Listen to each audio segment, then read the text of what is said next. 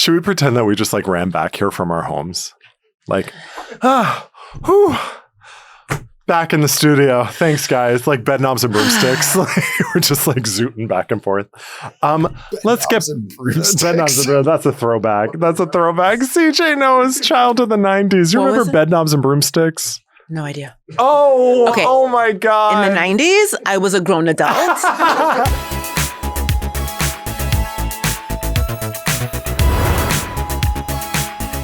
Welcome to Brief Recess. I'm Michael Foote. I'm Mélissa Malebranche. Today we're going to talk about the most extra pilot that I had on United Airlines. We're going to talk about Karoline Leavitt on Red. We're going to ask you who would play us in a movie because I don't think we figured it out. We did you. A lot of people have done me. And so we're going to talk about... That's the word on the street. Marginalized. I'm sorry, I can't be laughing. No, you can't be laughing. We're going to talk about the lynchings in America and all the things going on with marginalized communities right now. And we also have Congressman Garcia, who is going to be joining us to talk about the Epstein files. We are going to also answer all of your questions from the DMs, so stick around. Got a bone to pick with me. Who else you got a bone to pick with? Well, many people, but you especially. Uh-oh. Yeah. What happened? Do you want to know? Show me on the doll. So let me tell you something, Mr. I'm on Traitors and now I'm famous and I'm too big for my britches. I'm not on Traitors. Shut up. And now I'm too good. Big for my britches? I don't even have britches yet. Well, let me tell you what happened. So my friend TJ, shout out to TJ, sent me a message and said to me the following. Oh, no. Mm-hmm. Oh, no. There are receipts. I hate being held accountable. Oh, I know. This is today at 2:42 p.m. And I don't know what time it is now, but it's today. 4:41. Okay. I just saw your friend Michael in the West Village and I called out to him twice. And in true traitor fashion, he ignored me. Okay. Who do you think you are? I am never, first of all, I love attention. So if someone's calling my name out and I hear it, I want to engage. I did not hear that. Okay, well. Look to camera. If someone and you apologize to TJ right now. TJ. Because let me tell you, this feels, you know what it feels like? I'm going to tell you all the things it feels like. It feels anti-lesbian. TJ's a lesbian? It feels anti-black. It feels TJ's a gay lesbian black person. Who's 6 feet tall with a little dog who lives in Brooklyn. It feels anti all those things. That's TJ? Yeah, that's TJ. And I just got the name wrong too. Damn. I'm sorry, TJ. TJ does sound kind of awesome. I would love for that shout out. She has a little dog and I don't really love little dogs, but T'Challa is kind of cute. Okay, not you already coming for TJ. Well, TJ knows how I feel about Okay, TJ's so here's dog. my message to TJ. I'm a clinical narcissist. I love attention. So if there's any world in which I'm going to be getting it and I know about it, I'm there. So TJ, that's how you know I did not hear you. Okay. I also think me and my dog Jack are both going deaf at the same time because I didn't ask TJ if you were with Jack. The both of us are just losing it. Truly. And Brad is like making fun of the dog for being deaf. I'm like, stop making fun of him. Well, I've told you he's choosing to not listen. Yeah. I've told you we make fun of Arthur Weasley sometimes, my three-legged cat who sometimes doesn't land the landing, and then sometimes we laugh at him. You said not land the landing. It reminded me, I was on a plane the other day. I was flying out of LaGuardia. The way this pilot had what could only be described as an unmedicated panic disorder and access to a loudspeaker. Okay. I was like, this is the worst thing. I have a fear of flying, but I've gotten over it. And so now I fly all the time. I'm totally fine. But the way I was regressing, because I'm sitting there, the guy next to me, I could tell is nervous. And I'm already like, oh, brother, like, I'm not going to help you put your mask on if shit gets weird. Like, you're not a child. You're a fully grown man. You're a consultant. And he was a consultant. I'm reading your emails. Like, it's fine. Anyway, so I get on the plane. They're taking off. And we've had these crazy storms all summer long in New York. And the pilot comes on the plane. We're pulling back from the gate. He goes, oh, my God. Oh, my God. You never want to hear that from your pilot or your doctor. All right, like I've gotten over my fear of flying, but this is maybe this is disturbing. And he says,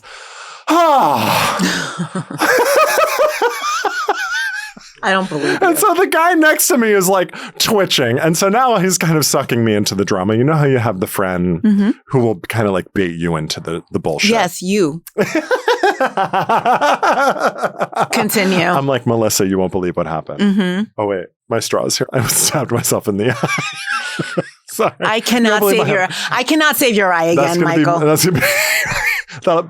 that the YouTube screen. Michael, did he lose an eye this episode? And this will be the photo. And that'll just be me with turning my back to it because I refuse to do it ever again to fix your eye. Me winking. Looking like Popeye. Did Michael poke his eye out this episode? And then he's like, they just told us. He said, look out the window to the right, folks. So now everyone's looking out the window. So now everybody's people are like, oh, what is it? What is it? We're looky-loo rubbernecking on the tarmac. He said, look at this line. They just told us that they're suspending takeoffs and we're going to have to wait in this line. What kind of drama queen did you have as a pilot? What airline is this? It's whoever is making the covers of our YouTube is the pilot. It's Christina from Exactly Right. And so I can see the thing backing up from the door to the plane. So I'm like, why don't we Control-Alt-Delete and get that just right back here? We can all go get off and get a Panera. No, they will not. They won't. They would rather let you rot on that plane for hours. Let me get one of the Panera lemonades that kills people. Let me get that. Why I got to wait here with this guy who's freaking out. So then, I'm not kidding, 3 minutes later, we're in the air. Oh. This pilot, he was like, oh, yeah. And so had he not told anybody, you would have been fine. No one would have known. I know. So then it was like that the whole flight. He was like, we are going to have unprecedented turbulence. The most unbelievable turbulence. He said, hold on to your wig, bitch. It's going to be in orbit. And I'm not kidding. Not a drop of my drink was spilled. It was filled to the brim. I didn't feel a thing. Okay. So this man, I'm coming for you, United. I'm coming for United Airlines. Mélissa is unimpressed. I'm unimpressed because you're a dirty liar. You're just like none of this happened. A lying liar who lies, and you do it for attention. She's sick of my shit. But I mean, speaking of being sick of shit, hey, folks. Uh-oh. I don't know anything about Traitors. Oh, they're asking you? I'm sorry. People are asking me questions, and I want to be clear. I'm going to say it again. Not only do I not know, but until Michael told me that he was going to be on Traitors, I had actually never heard of Traitors Melissa's before. The worst person to ask. Right? And so I don't know anything. And if I did know, I wouldn't tell you. So this is why you guys could send her your worst secret, because she will keep it, not give a shit, and maybe even forget about it. Likely. Like, so Mélissa, people tell her things they wouldn't tell the priest. Like, it is unbelievable. A lot of priests are very creepy, so. They're in confessional. Yeah. Ms. Malebranche, I have sinned. Yeah, so, but honestly, genuinely. Leave her alone. Leave me alone. I'm more likely to leak than her. Just ask me. For sure. I stole this from Trader Set. Oh, did you? I stole this from the castle. Oh, that's nice. Yeah, I kind of like it. The wardrobe team gave it to me to wear. So, okay, they gave it to you or you stole it? So they gave it to me to wear on the show. Okay. But maybe not this show. A show. They gave it to me to wear on Traitors, but it was unclear if they gave it to me to wear home. So when I was packing up my stuff, I was like, they were Did like. Did you take it on purpose? Yeah. Oh, okay. Because there's matching pants. Do you have the pants? Not on me today. No, but do you own the pants? I own the pants. Oh, yeah. And is it the same pinstripe with the flowers? Yeah, it's the same. So I could wear this to like a summer wedding or a birthday party. I mean, you can wear wherever you want. Wherever you want. I like it. Thank you. Yeah. If you're listening, it's like a pinstripe zip-up jacket with sequin flowers on it. Yeah. Yeah. But yeah, so I took a Traitors got this for me. But everything else was my clothes that I wore on the show. Okay. Yeah. This was in my bag when I went to a detention center today. I had court this morning. Did you wear that to court? No. Oh. But I tried to dress like, normcore Republican, like a blue suit with a red tie. I try to really get into the drag of it. Okay. The Republican woman makeup filter. With like Karoline's, the holes in her lip from the filler. The holes in the lip.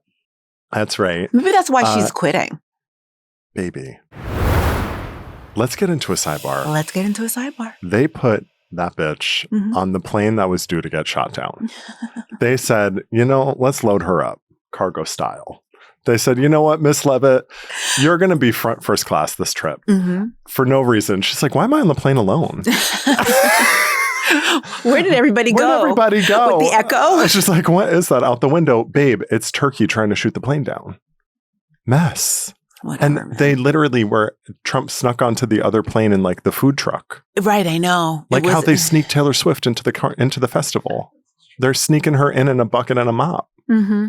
Damn. This administration makes me care less and less about everything. Yeah. Like it just feels, anyway, it doesn't matter. All of this stuff is so distracting. Yes. Or no, I'm sorry. It's not actually distracting. They're throwing all of this stuff at us in order to distract us from like the actual fuck shit that's happening. Yes. I'm so tired of it. Why would Turkey want to assassinate the president in that alleged assassination plot, right? Like what is going on? I mean, apparently, if we were to believe them, it's a miracle he made it out alive of every situation. Yes. Yeah.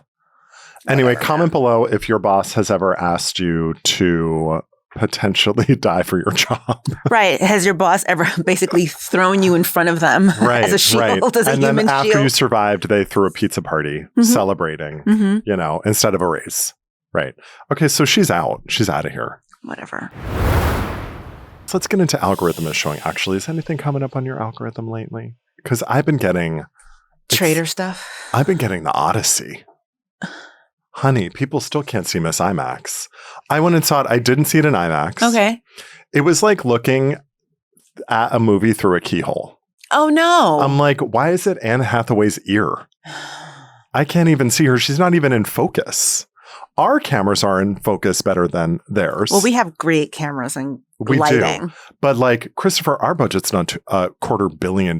No, I know. Miss Nolan, Miss Boots, what are you doing? Because Diva. Why is that camera out of focus? Really? It was out of focus. I could not see anything. Was it dark or out of I was cleaning my glasses thinking it was me. Michael. I'm serious. I seriously was like... I'm so sick of you. This is like people are going to comment and say, Mélissa actually hates Michael and he's afraid of her. I mean,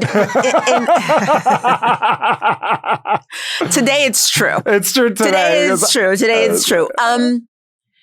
That's interesting that you felt like it was out of focus. What I always feel like about movies is that everything is so dark that you can't see anything. Yes. And not just movies, but like TV shows. And again, I know I keep on referencing Game of Thrones, but like, there was some battle where I literally went up to my TV and was like, and it was all over Twitter. Yes. Everyone was like, why is it so dark? Is this a faith-based battle scene? We have to assume it's okay that something happened. We just have faith that something happened. Is this an audio only scene? No, it's really annoying. It is really annoying. It's very, very annoying. A lot of shows are like that. And I think HBO is the problem. Like that is like where a lot of that goes down. Because there have been a couple. It's not just, to be fair, it is not just HBO because I have seen movies in the theater where I'm like, this is what I'm just going to guess what happened. Is it glaucoma or is this movie dark? No, it's the movie. It's the movie. It's dark. My eyes are fine. Yeah. I saw a TikTok about it that like if it's in IMAX, like if you move a little as an actor, an IMAX camera in a non-IMAX theater, it's going to look like you went out of focus. So the actors obviously have to move. Well, yeah. It's like an action movie. Well, and also they're alive. It's not a photograph. Like people like move around, they breathe, they get a little itch. Yeah. It's annoying because they're going to win like a bunch of awards. It wasn't in focus. Not for best camera work. Not for the Brief Recess Awards. I don't think they're going to win. Who would win? Who would play her? Who would play you in a movie? Who would play me in a movie? I want to say, and not a joke one. Yes. Not a joke answer. Yes. Okay. Who would play you in a movie? A real... Like we're going off looks or in mental illness? I'm asking you a serious question and you want to fuck around. Who would want to play me? Yeah.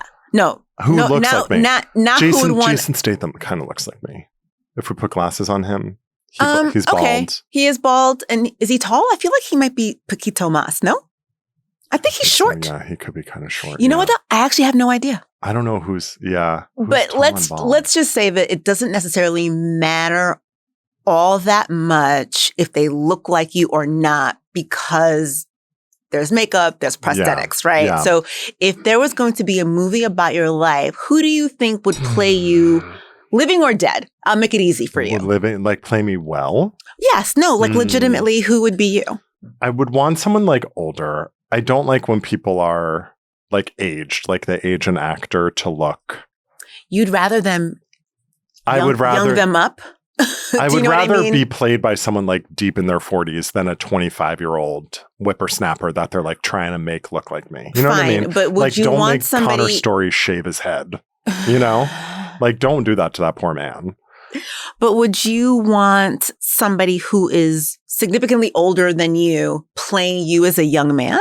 Because I think that's weird too. It's like the story of my life. We're going to Benjamin Button it. Yeah. Joseph Gordon-Levitt. Okay. Joseph Gordon-Levitt. Three-name wonder. Oh, the Loki guy. Oh, I like that guy. Loki would be great because he could shave his head and he is in his 40s. Yeah. I like that guy. I like that. I actually have no idea who could play Who could play you? I don't know. Living or dead? I don't know. In my brain, Diane Carroll, only because I think she's fucking fierce. Yeah. But like, I can't. Whitney Houston. She was great in Bodyguard. No. Like in a dramatic role. I'm not like No. We're gonna do the musical of your life. Whitney Houston's gonna sing it. No, not Whitney Houston. I think that Whitney Houston was like too beautiful. Do you know what I mean? Like she was like ethereal beautiful. Yeah. So no. What about, I think it needs to be somebody, and not that Diane Carroll. Acting skill. And Diane Carroll was gorgeous, so I don't know who I think I am. Yeah. But it's like a hard question to ask somebody. Yeah. Okay. You know comment what, friends? Below. Yes. Comment below. Who's going to play Mélissa? Who's going to play Mélissa? Who's going to play Michael? Like, just out of curiosity. Yeah. Who's going to play us in our inevitably, movies? When there is a movie. Is it about the horrible accident? Is it going to be, do you think it'll be like... That happened at iHeart Studios. A Lifetime movie or like a movie? I want it Marky Post Lifetime movie, like with the chime before the commercial break. You know what I mean? Yeah. Where it'd be like, and then it would be like, this episode brought to you by Pampers. Right. Or like Depends. Adult diapers. Preparation H. Or like not the Life Alert. When you've got, what is it? When the Life Alert for when you're heartburn, indigestion, upset stomach, diarrhea. The Life Alert. We're going to shift this a little bit more serious now. So your algorithm is showing. Oh, yeah. So this is going to be a little bit disturbing. So a little bit of a trigger warning. However, I do think it's really important. There have been in recent months, weeks, I think even, there have been 2 African-American people found hanging in trees in Mississippi. And here's what I want to say about that. And I've said a little bit about this on my personal social media. Black people living in the United States of America do not hang themselves in trees. We do not do this. We do not do this. I am not suggesting that things don't happen and that we do not die by suicide. Of course we do. But not this way. I honestly don't know how many people generally in America die by suicide from a tree hanging in a public space. Right. Like, is that I don't even know if that's like fair. I haven't heard of it. Correct me on the record. No. And I don't know, but I am going to extend myself and say pretty certainly that as Black people, we do not do that. And I think what I really think I find disturbing about it is also that when that happens, the default of investigations are to just say that this person died by suicide, even if there are things that happen, like when the body is examined, and there's no way that somebody could have actually done that to themselves. Right. And I think it is especially, and not to sort of put a blight on the entire state of Mississippi. However, Mississippi does have a very dark, problematic history of lynching Black people in trees. Yes. So that all of this feels very forbidding for both. It just feels wrong. And I think especially in this climate where we are living in a country where, especially this particular administration, this president especially, who seems to have it out for Black people. Yes, he's literally racist and goes out of his way to show that. I want us to be on alert for things like that. Yeah, I'm going to say it again, that Taja Fortune, the Martravian Trey Reed, that these two young African-American people in Mississippi were found hanging in trees. And I am going to say that that is not what happened. And that these two did not do this to themselves. Someone did this to them. And the other thing is that, like, these things are deemed suicide by local police, right? Right. Which is so distressing. In Mississippi. They're immediately saying suicide. And washing their hands of it. Well, because they walk among the police. Well, that's exactly what it is. And so I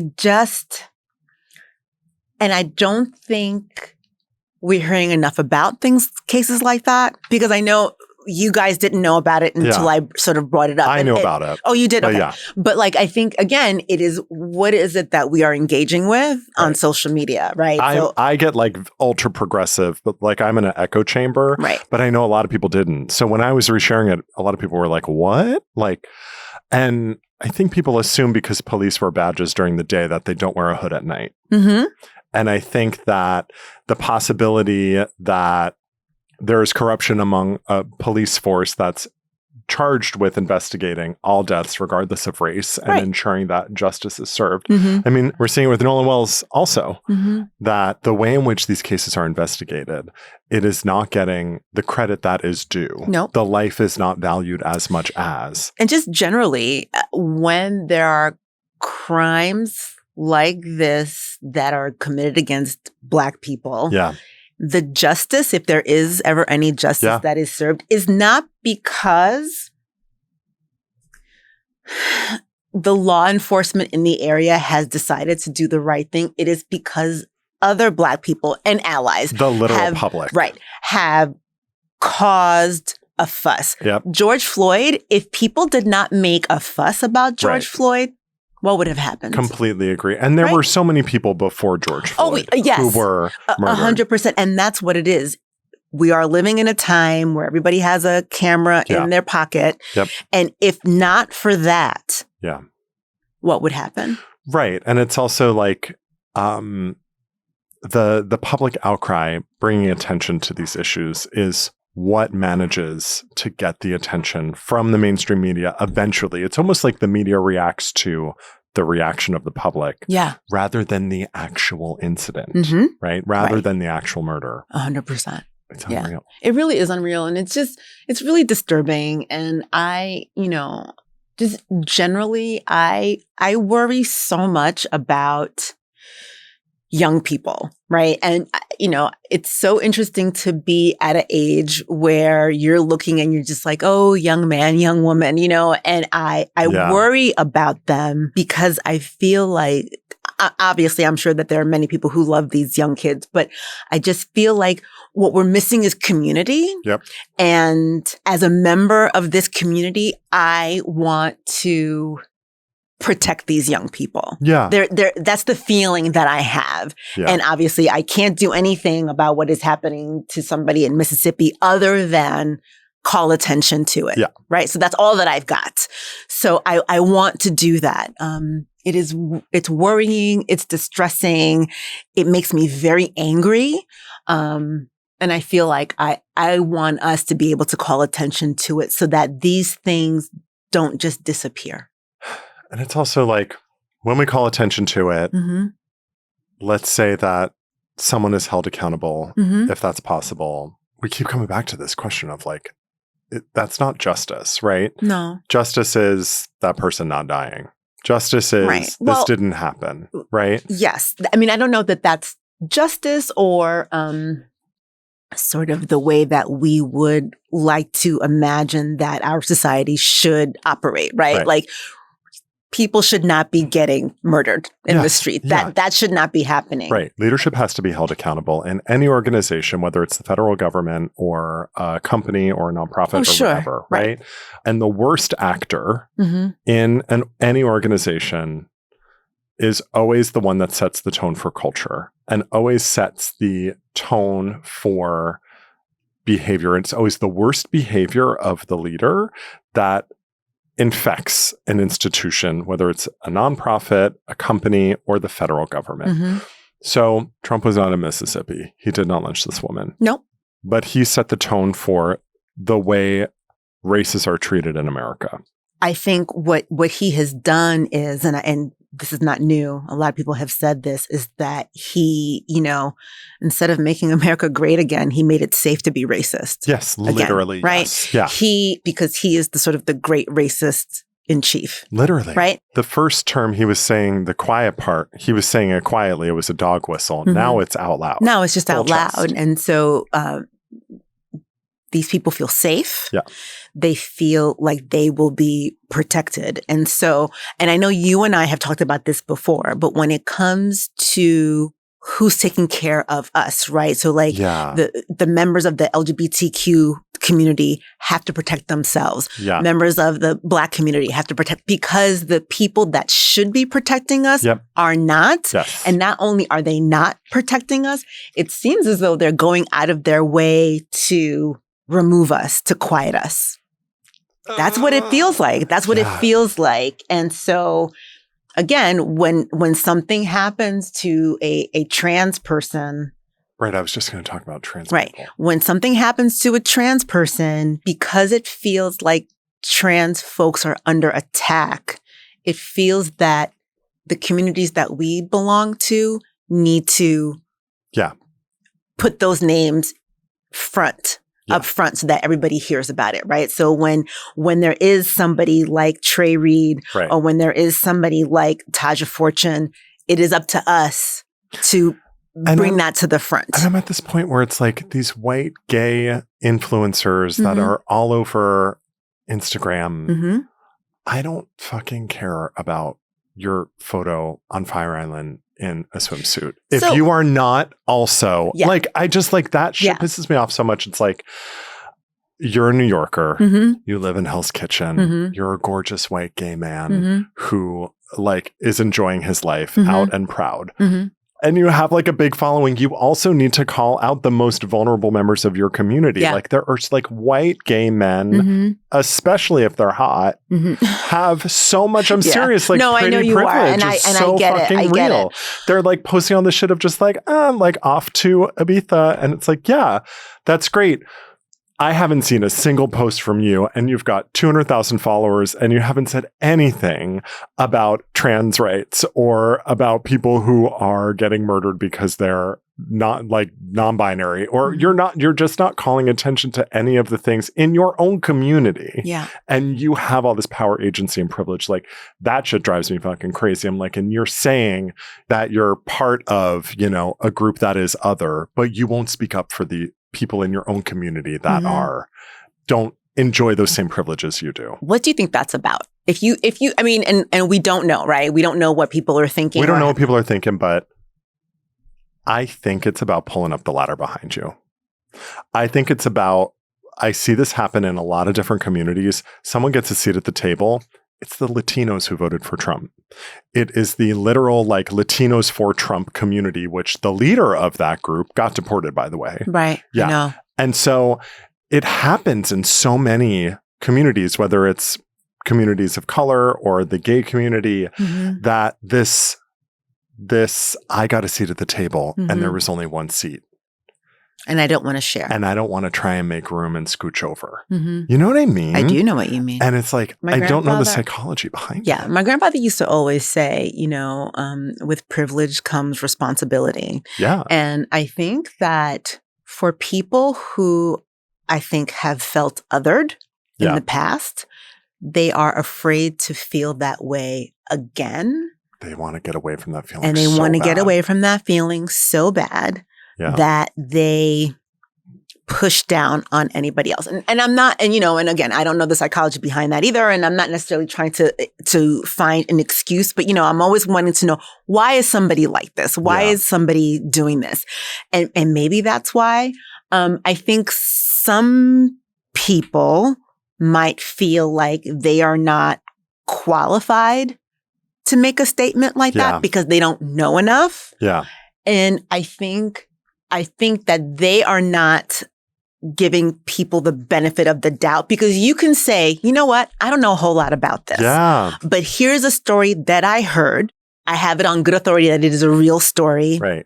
This thing that happened to this trans person is not okay. Yeah. And I want to take a moment away from my skincare routine, which is okay. Yeah. Right. And it's okay or tell me during the skincare routine. Right. I got ADHD. Right. There's actually this woman that I follow who is a makeup artist. Yeah. She's gorgeous and she's beaten the face. But while she is doing that, her voiceover is talking about something serious. Yeah. I love her. And at the end of her content, she'll have the list of the products that she used. Love right. That. So she's doing the thing that she's famous for, right? Her hair and makeup, but the voiceover behind it is talking about something serious. Yeah. I think that is such a good use of her platform. Totally. Because she's doing the thing, her sponsorships or whatever, and she's talking about something serious. But I don't know that enough people think that they are in a place to do that. And I also think, like you said, people are afraid of losing their seat. Yeah. I will say, you don't have to be trans to post about No, you don't. A trans person who was murdered or someone who is getting hate crimed. Mm-mm. You don't have to be black to post about the black girl in Mississippi who was lynched. And actually, if you are not, you actually really should. Right? Because people hear from me all the time about immigrant rights, about gay rights, about what's going on in the news, what person of color was murdered. They're hearing from you. I actually do a lot of that, and I get excited because I know a lot of my following is white and in suburban communities. So I'm like, cool. If these folks that follow me start to share with their community, that's where we see the movable middle actually get impacted or hear about these stories to middle America, where maybe they're not going to be exposed to people like you and me who walk down the street. And so that is where I'm like, okay, you really have a responsibility, folks who are in those suburban, super white communities. Maybe there are no people of color in your community or no immigrants in your kids' schools. Those are the folks who I would love to be sharing more of those stories. Because like I said, I mean, I'm in an echo chamber so much. Yeah. I think the other thing is that, so I'm a Black woman, right? So this is something that bothered me. But sometimes I think that the people of a specific community are tired. So sick of having to talk about their, So that, like you said, right? So like, I'm not a gay man. Yeah. But or a trans person, but if something happens to a gay man or a lesbian or a trans person, while that community, I'm sure they're doing everything that they can, but maybe I give them a little bit of a break. Let them rest. Yeah. And then I use whatever voice I have to bring attention to this other issue. Yeah. And so that's true. As that's really true. As a white man, gay or not, but you have heard a story about a Black person and maybe then you say, you know what, I'm going to let the Black community rest a little bit. The Black bit. people for 400 years have had to really handle. So that maybe it's now your turn to bring attention to it. Do you know what I'm saying? And I know that you do that, but it is in a very general way. Yeah. I think that sometimes I don't have to be Asian to think that an Asian hate crime is problematic, right? And that maybe I should say something about it and let the Asian community gather themselves. Right. So many Haitian people are following you. You share a story about Haiti, 90% of your following has already seen it Right. before. Exactly. But if I share it, it's like, oh, okay. Right. A lot of people don't know what's going on in Correct. Haiti. They don't know what's They happening. don't know what's going on. But So everyone who follows you, they're like, yeah, I've got a cousin who's there right now. For sure, right? Yeah. But like maybe the people who, and I don't have a huge following at all, but maybe the people who do follow me are not really tapped into trans issues. And maybe I came across something and I will say, hey, you know what? This is the story that I heard. Yeah. This is terrible. Or this is wonderful. It could be a wonderful story. And I will put attention to it. And maybe the people who follow me who are not tapped in will be like, oh, that's an interesting thing, or that's a really horrible thing. Let me then pass it along. Yeah. I think, and again, that is community.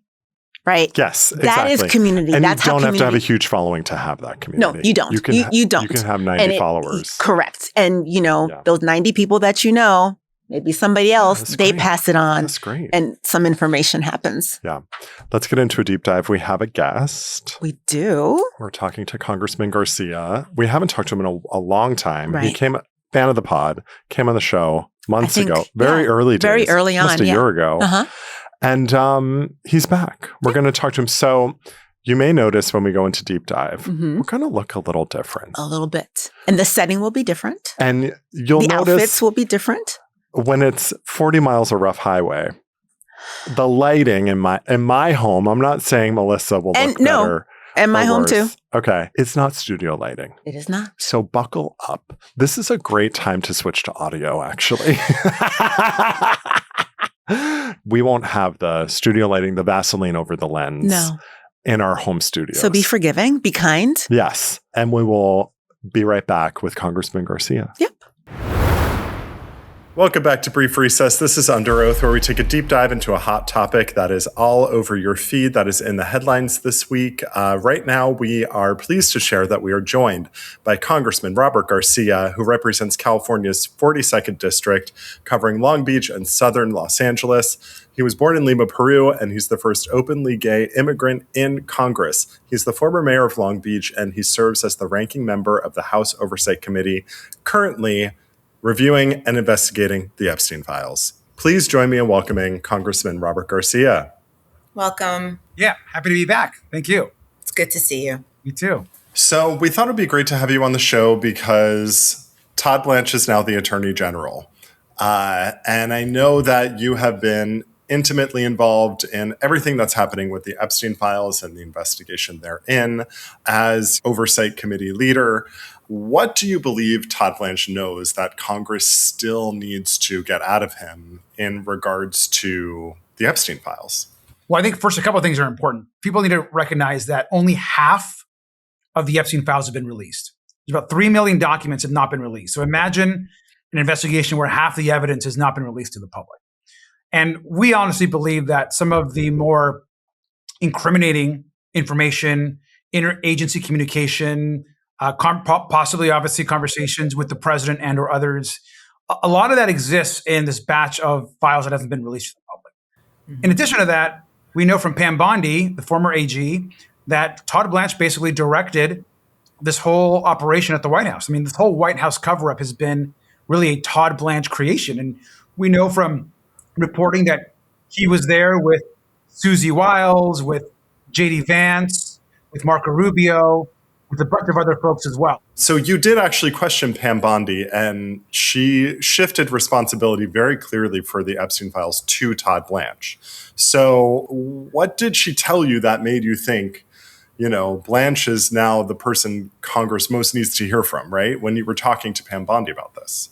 Well, she mentioned him, I think, 35 times as the person in charge of leading the Epstein investigation at the DOJ. And so she clearly pointed all of the energy on Todd Blanche. And look, the survivors themselves have said that Todd Blanche has been central. I mean, this is the guy, by the way, that directed the move of Ghislaine Maxwell from a really secure facility to a less secure kind of like club-fed environment facility, which no one explains to us to this day as to why that happened. He went to go meet with Ghislaine Maxwell one-on-one. We still don't know what happened in those kind of conversations. We don't know why she's getting special treatment. So everything always points back to Todd Blanche. And I think it's important for people to remember also, this is someone that was Donald Trump's former personal lawyer. This is not some career DOJ official or some well-known former state AG. This was Donald Trump's lawyer for a long time, who is now the Attorney General. So you've been demanding that Todd Blanche appear before the committee and submit to an interview regarding the Epstein investigation. What has the response been since you've issued that demand? So obviously we're in the minority as Democrats. And so the folks that control who comes in are the Republicans. And the chair of the Oversight Committee, James Comer, who leads Republicans, my counterpart, he's committed that we're going to bring in Todd Blanche. He kept saying, if he gets confirmed, he'll come in. So we've been again asking the question, when is he coming in? Because he needs to answer questions on the Epstein investigation. So time's a ticking. It's time for him to come in now. Right. Why hasn't that happened yet? Look, I think there's no question that Todd Blanche is leading the White House cover-up. He's trying to exonerate President Trump. Donald Trump and Epstein were best friends for 10 years. People were being trafficked from Mar-a-Lago to Epstein. And so there's enough there, as including all the other powerful men around the world that have engaged with Epstein to abuse and rape women and children. And we need to get to the truth. And Todd Blanche keeps leading this cover-up. Is there an expected timetable when he absolutely has to be spoken to and people need to ask him? Or at this point, because Democrats are in the minority, it's sort of out of, I hate to use this word, but sort of out of your control. Do you know what I mean? Yeah, I mean, look, unfortunately, at the end of the day, the control of who comes in to testify and when is up to the Republicans. It's only there have been some cases where Democrats have been able to force a subpoena motion, or we've had a few Republicans join us to win very slim margins of votes, but that's rare. We maneuver that when somehow we kind of spring it on them, or we get a couple people, we pick people off that want to support the investigation. But at the end of the day, this is James Comer, the chair's decision. He has promised and said it publicly dozens of times that he wants to have Todd Blanche in. And so we expect, and I hope, that when we're back in session in mid-September, that we have Todd Blanche actually in. Here's hoping. You said this week that Blanche is trying to expand executive privilege in a way that could obstruct the Epstein investigation. What could that prevent Congress from getting? We already only have half the files. So what would that actually do if he was able to do that? And how do we stop it? So the files themselves are a piece of evidence, right? Interviews with survivors are a piece of evidence. Interviews that we have with a bunch of folks involved in the Epstein orbit, all part of the evidence. Another important part of data and information that we need are communications within the administration, like who talked to who about the Epstein files. Was there a cover-up? Who directed that cover-up? And one of the very first things Todd Blanche does now that he's AG is he puts out this new guidance. It says, I'm going to expand executive privilege. Executive privilege essentially means that a president, Republican or Democrat, it's all been all this way in the past, has some level of confidentiality between himself and another member of his administration. And there are certain topics, perhaps, that might be national security or whatever else that covers that.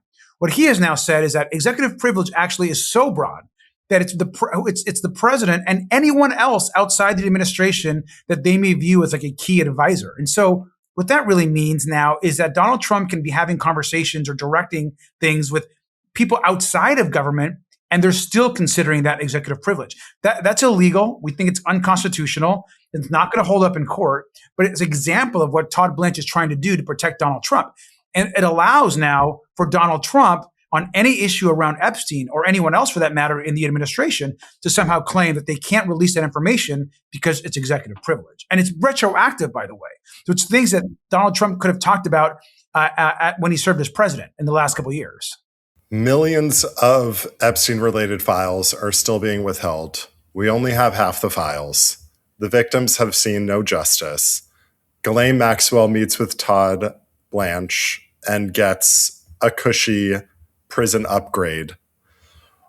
What is the most important category of documents the public hasn't seen yet from the Epstein files? Is there something you've seen that the public hasn't seen yet? Most of what Congress has seen, the public has seen. I think there's been some things that have been redacted to protect certain survivors that we haven't seen, but the public has seen most of what we have seen on the actual files.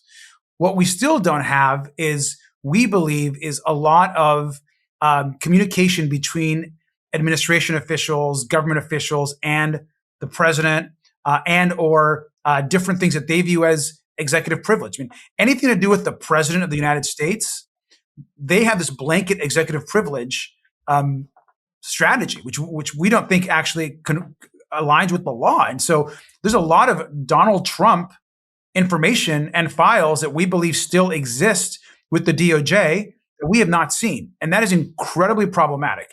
We also don't have any information about who's been directing the cover-up and why.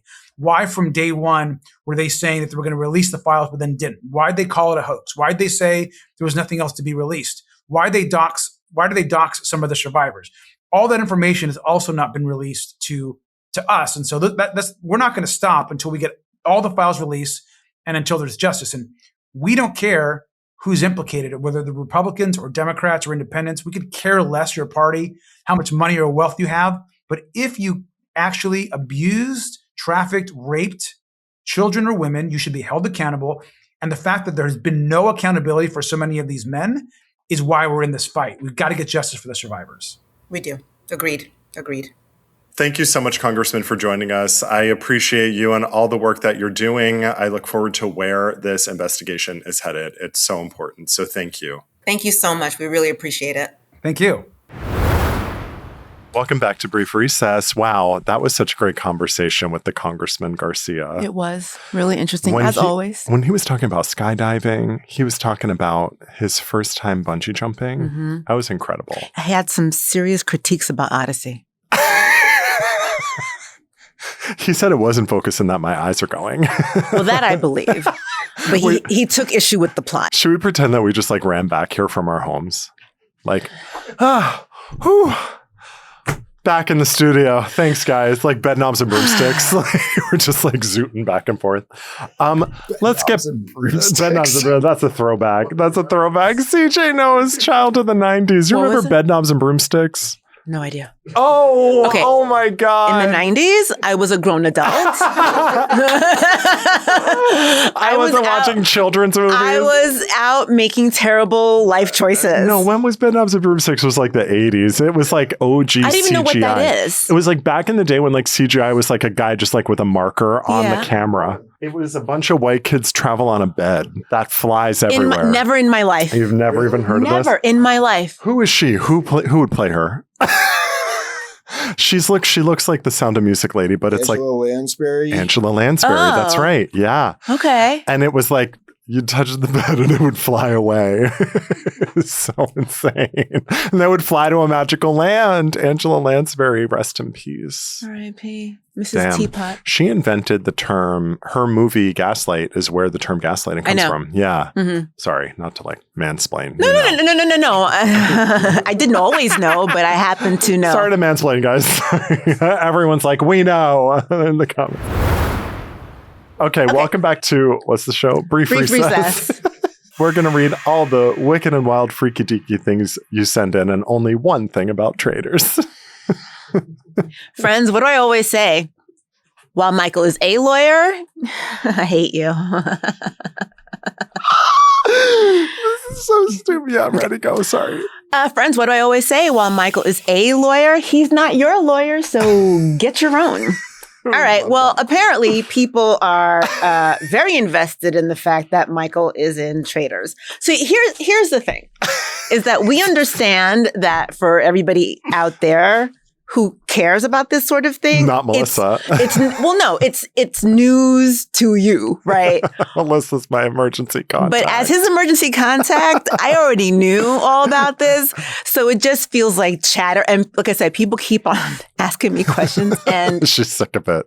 I'm not telling you anything. Leave her alone. Also, I'm not even on the show anymore. Leave Mélissa alone. She's drunken outside. I'm not even on the show anymore. And Mélissa is calling them saying, pull the plug. She's just yank him. Just yank him. Okay. So we're going to read a few, but we're actually super grateful that people had been chiming in. Right. So we're going to read a few comments. Our friend and former guest, Ben Hopkins, I'm in every chat freaking out right now. He really is. And he was. And he kept putting me in the chats. Was he really? Yeah. I was I don't know who this is. It's his abuela. Okay. Someone said, see something, say something. Really, Michael? So no more walking past choking victims. Okay. In my defense, I was like 19 and drinking and doing drugs and just being a mess. So, well, maybe that's not a very good defense. But in my defense, I didn't think he was choking. I thought he was barfing. Okay. So I took a hike. Yeah. I said, cross the street if you see me coming. All right. Well, that was cross the street if you're choking. I don't want to see that. Mar's words, I want Mélissa as my emergency contact also. No, I'm a good one. I don't know why this is funny, but this is funny to me. Wild Geese Bookshop, Diva! Better get ready to have salmon for breakfast, Miss Boots. Better than going to Rikers. So excited. What's really funny about that is that they are obviously referencing something that I don't understand, and I still think it's funny. So they feed you salmon all the time in Scotland because it's like Scottish salmon. Yeah. It's so good. I was going to say, is it the smoked or? Any kind of salmon is just the freshest salmon because it's coming right from the boat. Yeah, I know. And so, well, you're going to Ireland. And Scotland. When are you going? Soon. I think, soon. I think by the time this episode airs, I would have, I'll be there. And they're doing, actually, I wanted to tell you about this. Okay. In Ireland, they're doing a thing where they'll pay you 80,000 euro, to buy a rustic old house there and fix it up. Isn't that for people with Irish heritage, though? My ancestry DNA. What? You're right. Yeah. You're right. It is. You're right. The colonizer part of my ancestry.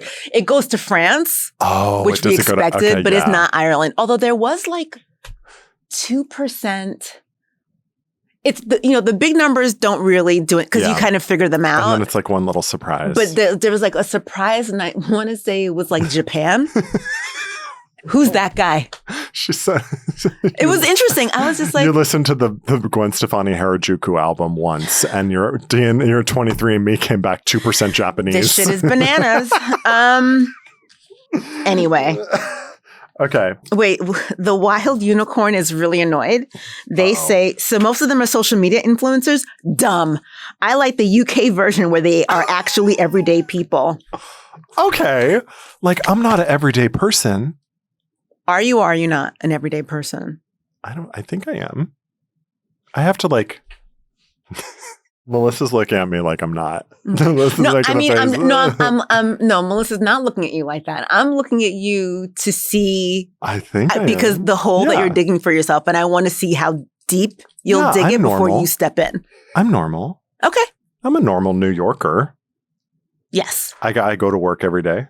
Sure. I eat that. I eat the sloppy bowl of greens that they serve up at the private equity owned lunch spots.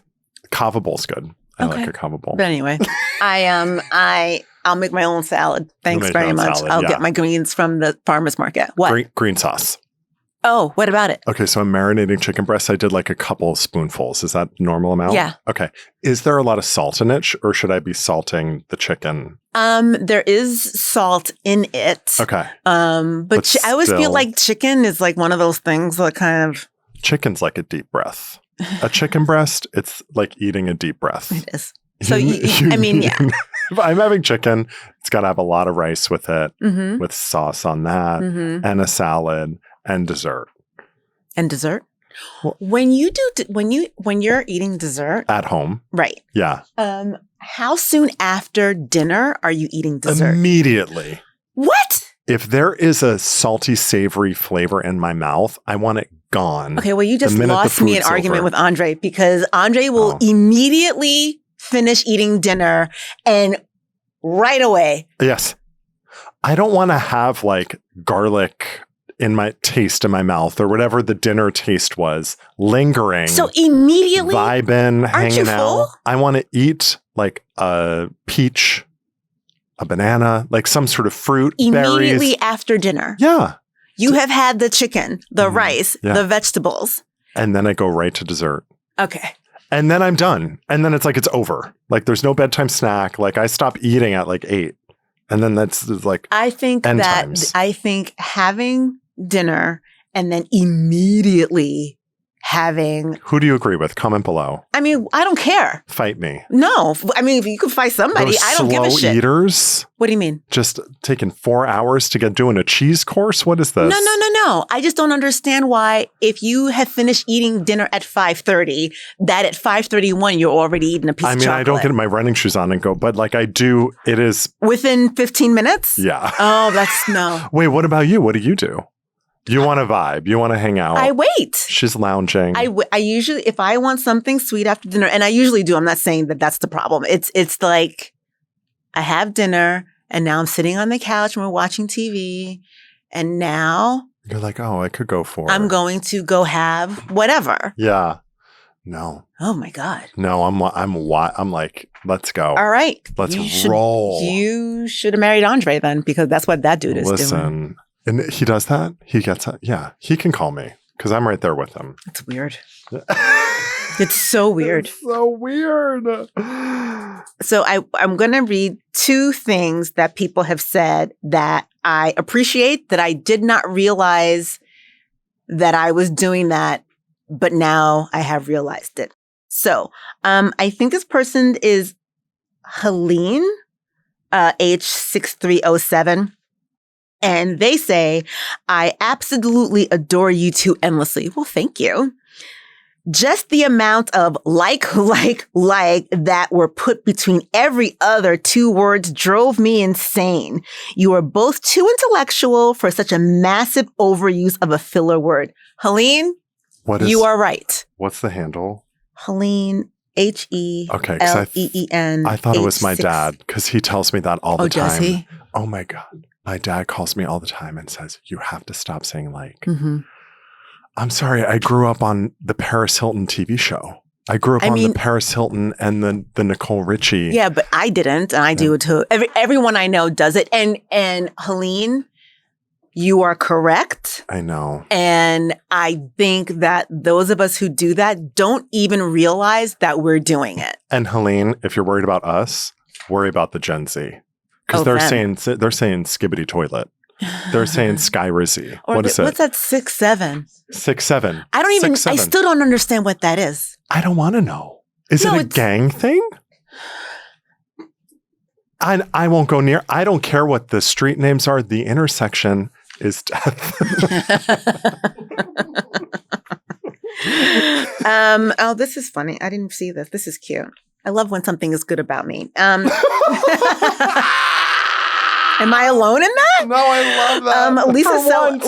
Lisa Sullivan says, I should have been watching y'all live all along, but Melissa can carry a scene with just her face. She can. She really can. And you would have been a great silent film star as well. Just like... She did the Thriller dance move for it just now. She literally... Okay. Wait, okay. I really want to read this because I was talking to CJ about this. So this is, read this one. Go ahead. You go. From Yay Gadget, and this is a review on the Apple podcast. Okay. It's a fun podcast, and I like how it feels like a casual conversation about what's going on in their lives and current news. Ooh. My only complaint is the constant, Mélissa says while Michael is talking. Every once in a while, sure, but it's too much and it's distracting. Mm-hmm. Sometimes I just skip, shut up. Mm-hmm. Sometimes I just skip the episode if it's too much. If they could reel that in, the podcast would be much better. Okay. Yay, Gadget, let me say something to you. Get him. No. I'm not going to get him. I'm going to get me. Because the day that I read this, within a few moments, CJ had sent us the link to the last episode. Oh, yeah. You know, so folks who don't know, we review the episodes before we give notes. Right, and give notes.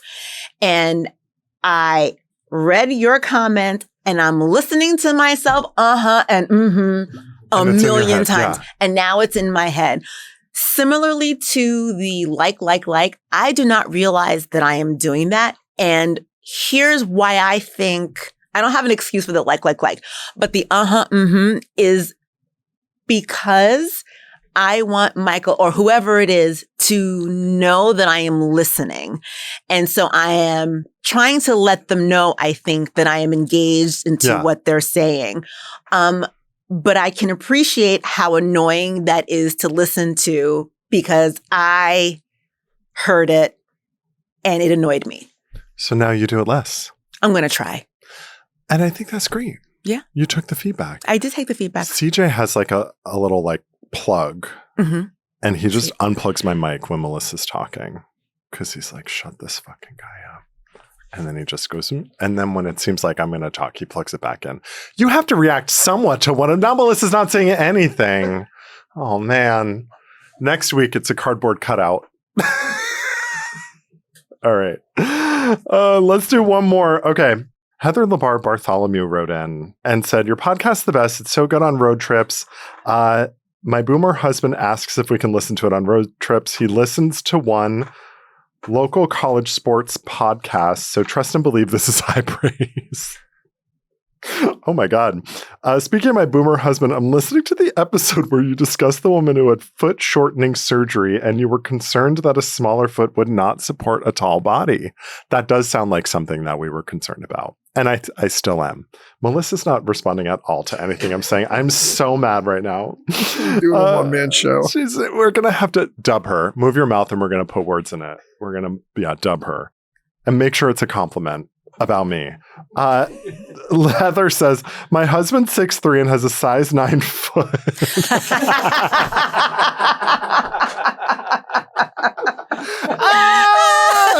Heather's poor husband. How is he standing up? This was... He listened to our show lying down on the street. But do you remember the episode that she's talking about? Yes, it was a trans person who was... Yes. It was a trans woman who was having foot feminization surgery. Yes. So they were trying to make her foot smaller, which I get. But if she was tall and broad and had feet that went along with that, now that her foot is smaller... What are we going to do? Yeah. Is she like a this weeble? Vertiginous. But it looks like this woman is saying that... Weebles wobble, but they don't fall down. See? If you know, you know. If you know, you know. He is not amused. Well, he's going to hate this. Seriously, though. How do you stand? How are you agile, functional human in this world? I agree. I agree. Really tall people with tiny feet, please write in. I want to know if you fall down more. Are you taking little tippy tappers? Tippy toes. Are you a jogger with tiny feet? How does that work? Well, so here's, let me, again, I don't know why. I got big dogs. I don't know. A size 13. But they go with the rest of you. Yeah, I'm a big ass bitch. But her husband, that this woman is talking about, who's tall and has smaller feet, he has always had those feet. Yeah. Right. He's always been as tall as he is. He's gotten his whole life has been able to adapt. Right. So I'm wondering about the person who grew up with these feet and now has made them smaller. Right. That person, I'm much more it's like the short little finance guys who get the leg lengthening surgery. And then they've got really get their legs busted and they get them taller. Yeah. They go from being 5'3" to 5'4". It's like they go through all this horrific surgery. Now they're immense. And their legs are in excruciating pain. I wonder, I've said this before, but I'm going to ask it again. Do you ever feel like we're running out of shit to do to ourselves? Because to my short kings out there, you are okay the way that you are. Yeah. Come sit on my lap. I got a Snuggie I could wrap you in. I love or one of those pouches. I love a little short guy. They're so cute. Let me give you a piggyback ride. All right, get me out of here. Let me give you a piggyback ride. Oh my God, I'm done. Because you're a giant. Anyway. To Heather's husband, I'm assuming Heath, who listens to local college sports radio and has small feet. I just want to say Kyler Murray, Kenny Pickett, Allen Iverson, Muggsy Bogues, Wes Welker. There you go, Heath. That's the full cast of Rogers. CJ is saying things that I don't understand. He said, that's for you, Heath. He said speaking in tongues. Yeah, I don't. He started, Okay. I'm assuming that these are sport references. I thought it was the cast of Hereditary. It was, he started speaking and he said, Hail Paimon. Damn, he started speaking in tongues. Thank you so much for watching this episode, even if it was a little chaotic. And I look forward to seeing you next week. This has been Brief Recess. I'll see you in court. I think I got to actually check the docket.